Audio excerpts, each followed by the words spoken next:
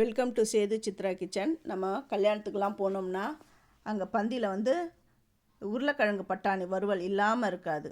இதுக்கு ஒரு secret ingredients ஒன்று சேர்ப்பாங்க. அது சேர்த்தா தான் கல்யாணம் விட்டு பட்டாணி உருளைக்கிழங்கு வறுவல் டேஸ்ட்டு வரும். அது வீடியோ கடைசியில் நான் சொல்கிறேன். அதுக்கு முன்னாடி நான் பெரிய உருளைக்கிழங்கு 3 உருளைக்கிழங்கு எடுத்துகிட்டு அதை கட் பண்ணி குக்கரில் போட்டேன். அது முழுகிற அளவுக்கு தண்ணி விட்டுட்டேன். இப்போ 2 விசிலுக்கு அதை விட்டுட போகிறேன். கடாயை அடுப்பில் வச்சுட்டேன். எண்ணெய் கொஞ்சம் தாராளமாகவே விட்டுக்கோங்க. ஒரு 2 குழிக்கரண்டி நான் விட்டுருக்கேன். உளுந்து 1 ஸ்பூன், கடுகு, ஜீரகம் சேர்க்குறேன். உளுந்து லைட்டாக செவந்து வந்துடுது பாருங்கள். கடுகும் நல்லா பொரிஞ்சிடுது. இந்த டைமில் ஒரு பெரிய வெங்காயத்தை நான் கட் பண்ணி வச்சுருக்கேன். நீளமாக கட் பண்ணி வச்சுருக்கிறேன். அதையும் இதில் நான் சேர்த்துடுறேன். ஒரே ஒரு பச்சை மிளகாவை கீனி நான் போட்டுடுறேன். ஏன்னா நம்ம வீட்டுக்கு பண்ணுறதுனால கொஞ்சம் பச்சை மிளகாவை நான் பார்த்து போட்டுட்டேன்.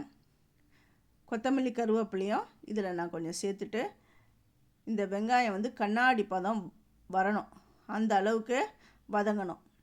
இந்த மாதிரி கிறிஸ்டலைஸ் அந்த மாதிரி இவ்வளோ வந்த உடனே மெத்தடில் வந்த உடனே இஞ்சி பூண்டு பேஸ்ட்டை போட்டுட்டு அதோடைய பச்சை வாடை போகிற அளவுக்கு வதக்கிட்டு அப்புறமா பச்சை பட்டாணி.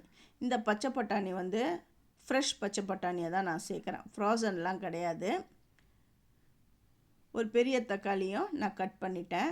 இப்போ உப்பு தேவையான அளவு உப்பு சேர்த்துடணும். சேர்த்துட்டு இது வதங்கட்டும்.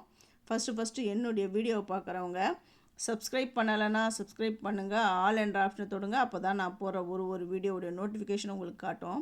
இப்போ மஞ்சப்பொடி வந்து ஒரு சின்ன ஸ்பூனில் தான் நான் சேர்க்குறேன். இது வந்து குழம்பு மிளகாய் தூள், இது ஒரு 1.5 டீஸ்பூன். அப்புறம் தனி மிளகாய் தூள் வந்து ஒரு ஸ்பூன். இது வந்து காஷ்மீரி மிளகாய் தூள். இது காரம்லாம் அவ்வளோவா இருக்காது, கலருக்காக இதை சேர்க்கணும். எல்லாமே ஒன்று சேர்ந்து வரட்டும். இதை நீங்கள் உங்கள் வீட்டில் செஞ்சு பாருங்கள். அப்படியே நீங்கள் வந்து அந்த பந்தியில் சாப்பிட்டா அதே டேஸ்ட்டில் அப்படி இருக்கும். தண்ணி வந்து இது முழுகிற அளவுக்கு ரொம்ப விட்டுறாதீங்க, ஒரு அளவுக்கு தண்ணியை விடுங்க. ஏன்னா இந்த பட்டாணி நல்லா இது வந்து வதங்கும் பொழுதே வெந்துடும். ஏன்னா ஃப்ரெஷ் பட்டாணி இது. கொஞ்சம் தண்ணி விட்டு கொஞ்சம் விட்டிங்கன்னா ஒரு கொதி வரட்டும். இப்போ வந்து ஆல்ரெடி நான் வந்து உருளைக்கிழங்க 2 விசில் எடுத்து அதை வந்து தோல் உரிச்சிட்டு கொஞ்சம் பெருசாக நான் கட் பண்ணி வச்சுட்டேன். இப்போ ஒரு கொதி வந்துடுது பாருங்கள். இந்த டைமில் உருளைக்கிழங்க நம்ம சேர்க்கணும்.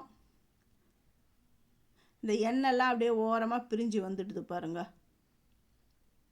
இந்த பட்டாணி வேகிறதுக்கு ரொம்ப நேரம்லாம் ஆகாது. ஃப்ரெஷ் பட்டாணின்றதுனால டக்குன்னு இது வெந்துடும். ஒரு கொதி வந்த உடனே அப்புறம் இந்த உருளைக்கிழங்கு கட் பண்ணி வச்சுக்கிற உருளைக்கிழங்கு இதில் போட்டுடணும். உருளைக்கிழங்கு இந்த மாதிரி சைஸில் தான் கட் பண்ணணும். கொஞ்சம் பெருசாகவே கட் பண்ணுங்கள். 2 விசில் போதும் குக்கரில். எல்லாமே சேர்ந்து வரட்டும்.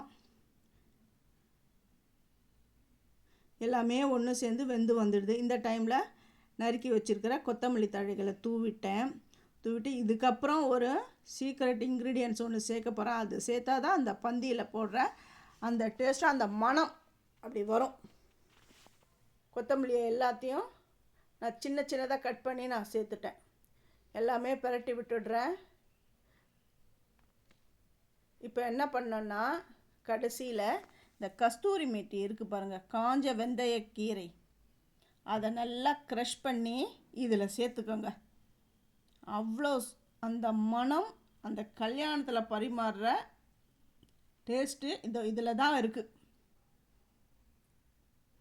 இதை ஸ்கிப் பண்ணாமல் சேர்த்திங்கன்னா அந்த பந்தியில் சாப்பிட்ற அந்த ஸ்மெல்லோடு அவ்வளோ நல்லாயிருக்கும். இதுதான் சீக்ரெட். தேங்க்யூ.